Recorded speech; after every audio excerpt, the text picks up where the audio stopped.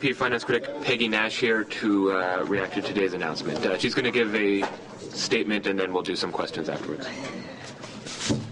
Okay, merci beaucoup. Bonjour tout le monde. Thank you very much for being here. I want to begin by saying that New Democrats are deeply disappointed with Minister Finlay's announcement today. What we're seeing from the Conservatives is a lack of vision around the economy and a lack of action around job creation. They presented a budget that failed to take any concrete steps towards creating jobs. And now they're introducing EI rules that further restrict who can get access to EI.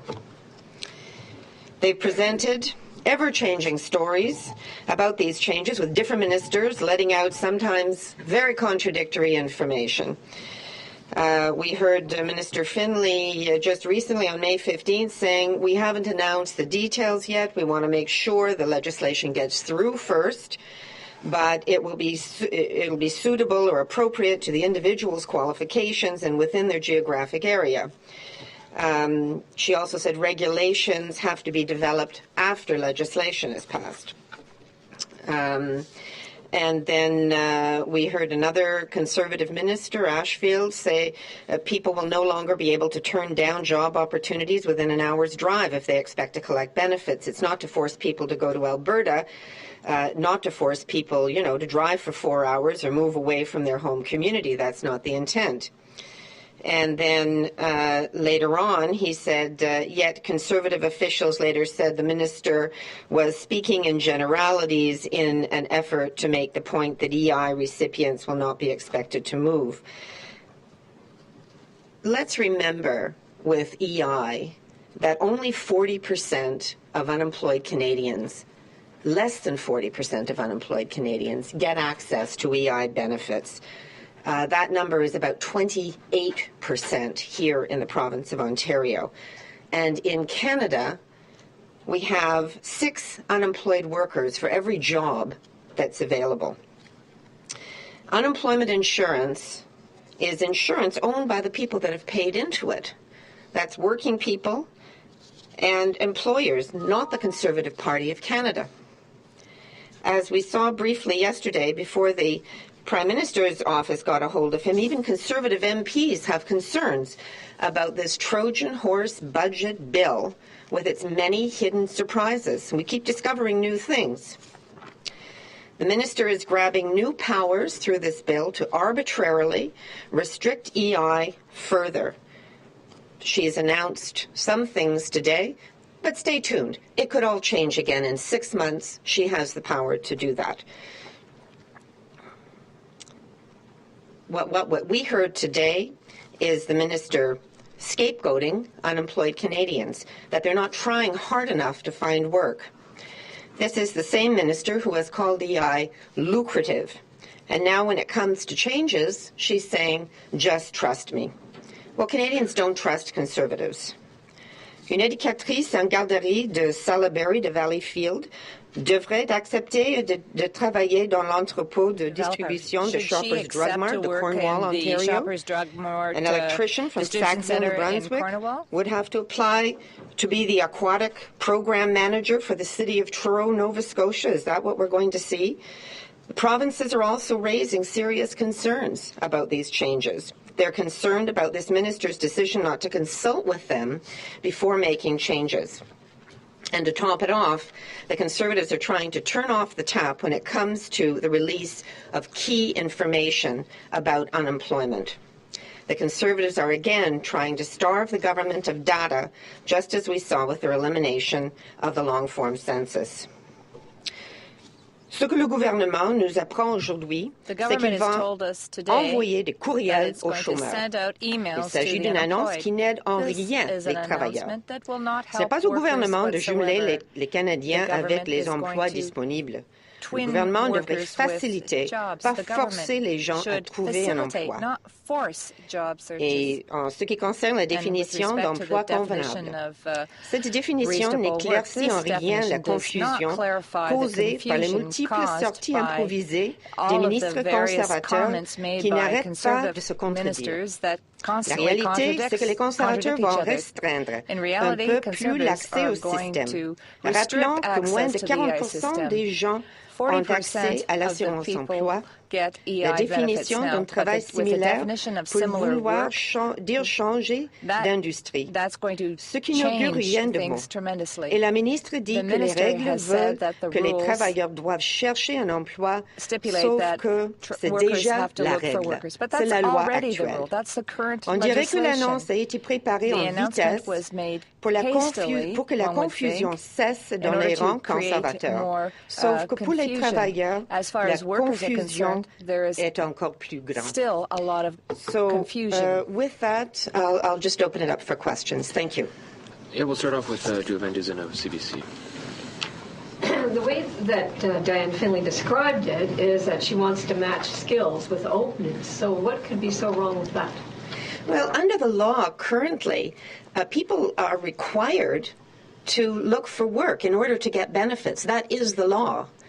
And the fact that less than 40% of Canadians actually get benefits, it would seem that they're probably applying the law to match people with their skills. There's no legislative change needed to do what the minister's describing. But what's the boogeyman in this legislation as you see it? Because it's very, the changes here are very complicated and affect a lot of segments of the workforce. What's the overriding theme here? What is it you're most concerned about? This Trojan horse budget bill, which this piece has nothing to do with the budget. What this bill does is it gives the power to the minister to make subsequent changes. There is a definition today of suitable employment in the Unemployment Insurance Act. But this bill would give the minister the power to say this today, but then in 6 months have something completely different as to what constitutes suitable employment. She's saying, just trust us. And I don't think Canadians trust this government because there has been a lack of transparency and accountability, and we've seen it far too many times. There is so much hidden in this budget bill that we keep discovering and has nothing to do with the budget. And I think that piece of it is very troubling. We should open it up and let's have discussions with the people who will be directly affected by these changes. I think they should be involved. Shirley Engel of Global National. The officials in the department said that less than 1% of EI claimants will be cut off. So given that, whatever that number is, 5,000 or whatever, what's wrong with this and what would the NDP propose in terms of EI changes? Because there are a lot of people that say EI changes are needed, that there are abuses of the system. And if we're only really talking about 1%, what's wrong with making it tougher for them to collect EI? Let me tell you what's an abuse of the system. An insurance plan that everyone's obliged to pay into, and in Ontario, for example, only 28% of unemployed people can get access to it. That seems to me pretty abusive. And under what we hear from the minister today, she talks about seasonal work, but let's remember there are a growing number of Canadians who also do contract work, who work on contracts, who have their work is more precarious than it used to be. And these people, I presume, will also be affected by these changes. So I think the real problem is people are paying into an insurance plan for which they're not getting benefits. But what would the NDP propose as an alternative? Because under this plan, the minister says, look, EI is only 55% of your salary anyway, and we're not asking anyone to accept a job that's less than 70% of their previous salary. So they'd be better off taking the job than they would be staying on EI. I don't think people are stupid. I think most people, if they have a job that is in their field, in their skill set, and it makes them better off financially, and they can take that job, they will do it. And I think it's the implication is that people are lazy and don't want to work. And I think that's a very unfair message for this minister to be sending. Why aren't we talking about the $13 billion this year in corporate tax cuts without strings to create jobs? Why aren't we putting a little pressure on employers to create more more jobs in Canada so that we can reduce the unemployment level. So what would the NDP propose if anything, to change the EI system? Do you have any ideas on that, or are you just happy with the system the way it is? No, obviously I've just described a number of problems with it. I think that we need to recognize the changing nature of work and recognize that work is more precarious. People do work on contract, seasonal, part-time work, and recognize the difficulties that people have if they are unemployed in getting access to EI benefits. Go to Louise Elliott of CBC.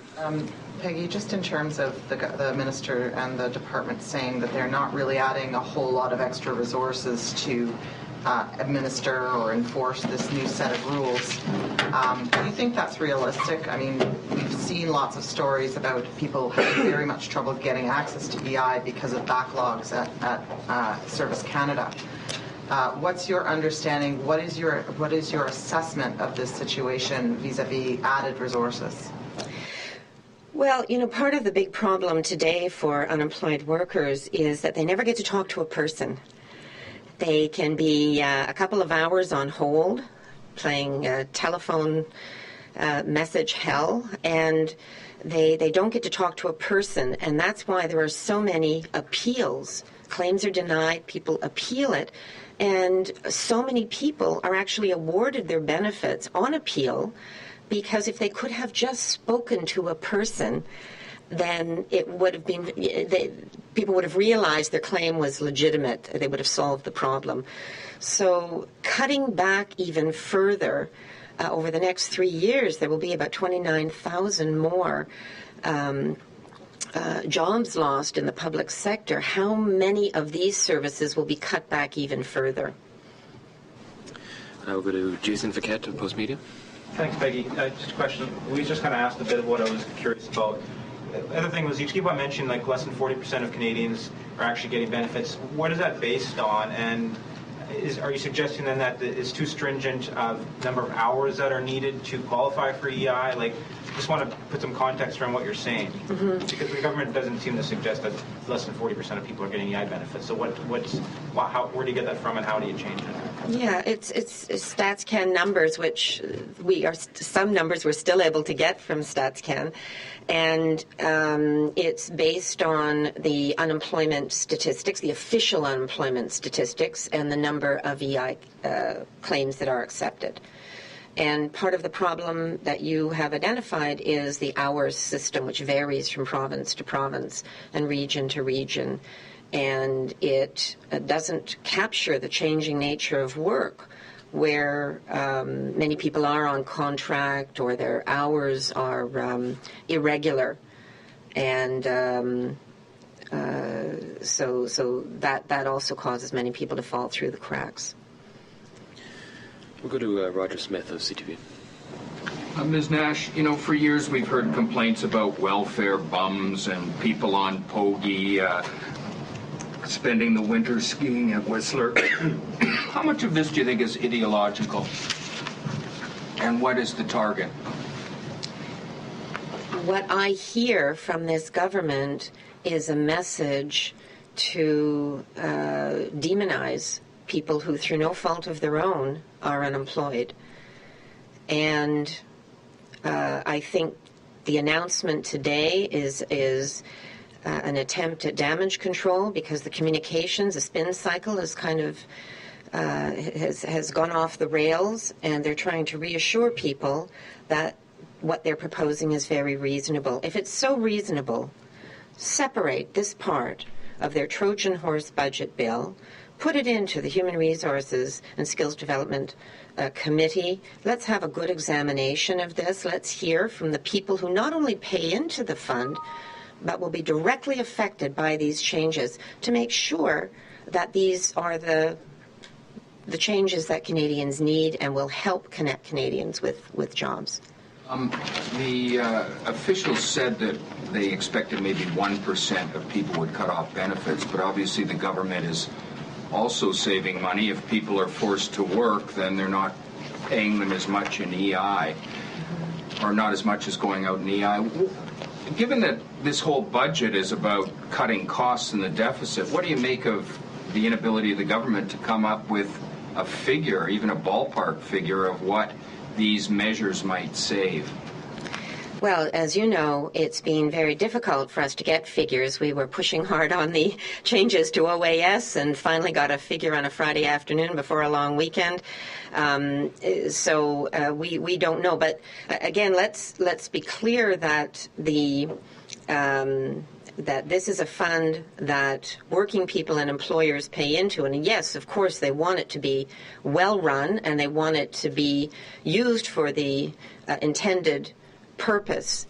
But I think what's happening here is that people are being scapegoated, that if they can't find a job at a period of elevated unemployment, somehow it's entirely their fault. I don't see anything in this Budget Implementation Act that would help people with retraining, to help them develop new skills, help them have a step up in a changing economy.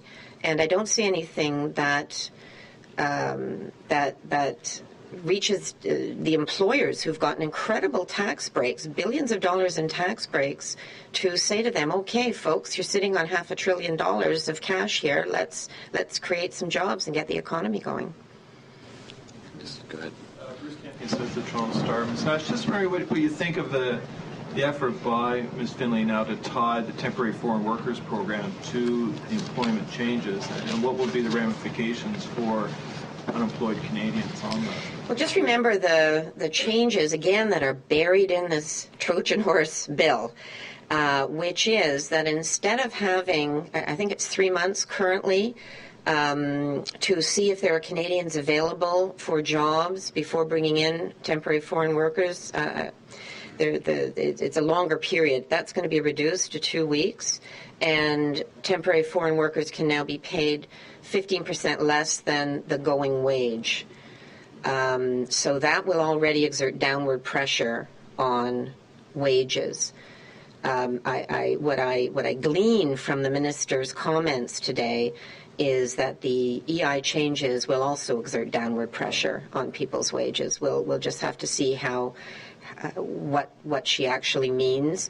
But I think there will be downward pressure on people's wages at a time when costs are rising and inequality is rising. I don't think that's healthy for our economy. Do you think Canadians, unemployed Canadians, could be forced into jobs that perhaps they might not otherwise accept? And I guess should they, is that a time when they should be allowed to be choosy about their work? Well, I'm not sure we have clarity today on exactly what the minister is proposing.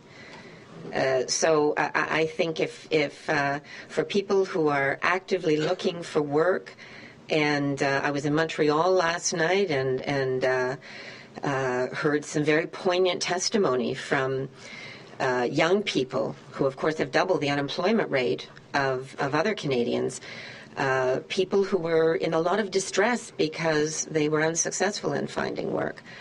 So what is the message to them? I think there's still confusion, but apprehension as well.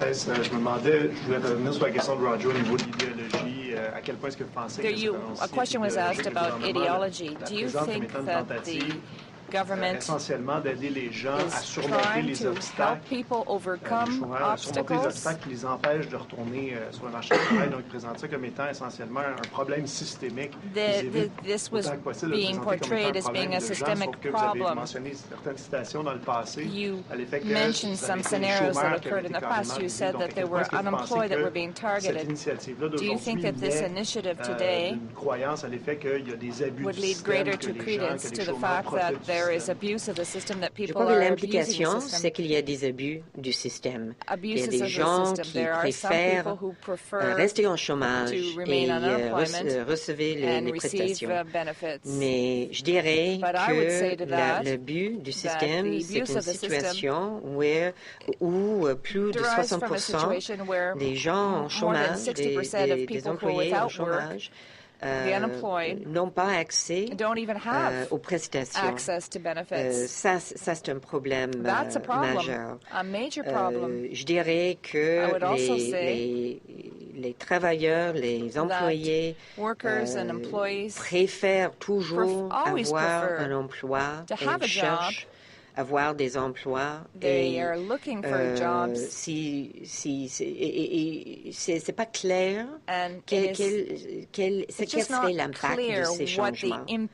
Et c'est pourquoi on essaie de diviser ce projet de loi cheval de Troie pour étudier bien l'impact de ces changements et d'avoir le témoignage de ceux qui non seulement paient pour l'assurance emploi, mais qui vont être touchés directement par le changement.